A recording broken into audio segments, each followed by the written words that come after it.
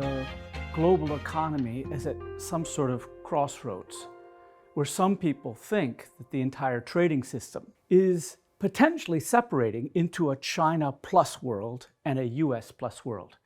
And that change to the global economy will have tremendous impacts on people's lives. And I think that really is what people are worried about now. We've started to measure foreign dependence and developed some new indices based on a data set which shows how all the sectors of all the countries all around the world are integrated in a sort of supply chain way.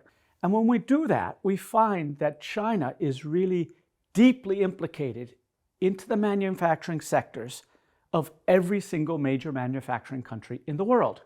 So once you look at how important, how central China is to the global manufacturing economy, you get the idea that this is an omelet that's been scrambled and really cannot be unscrambled without a long, painful effort.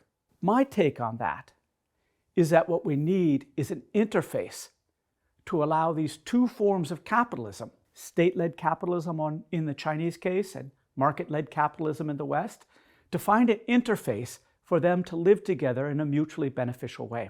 China needs the US because China right now is the largest exporter in the world and the world's largest manufacturing.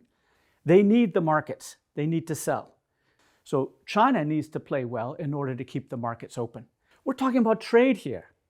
We're talking about business, people buying and selling things. This is not about national heritage or deep issues.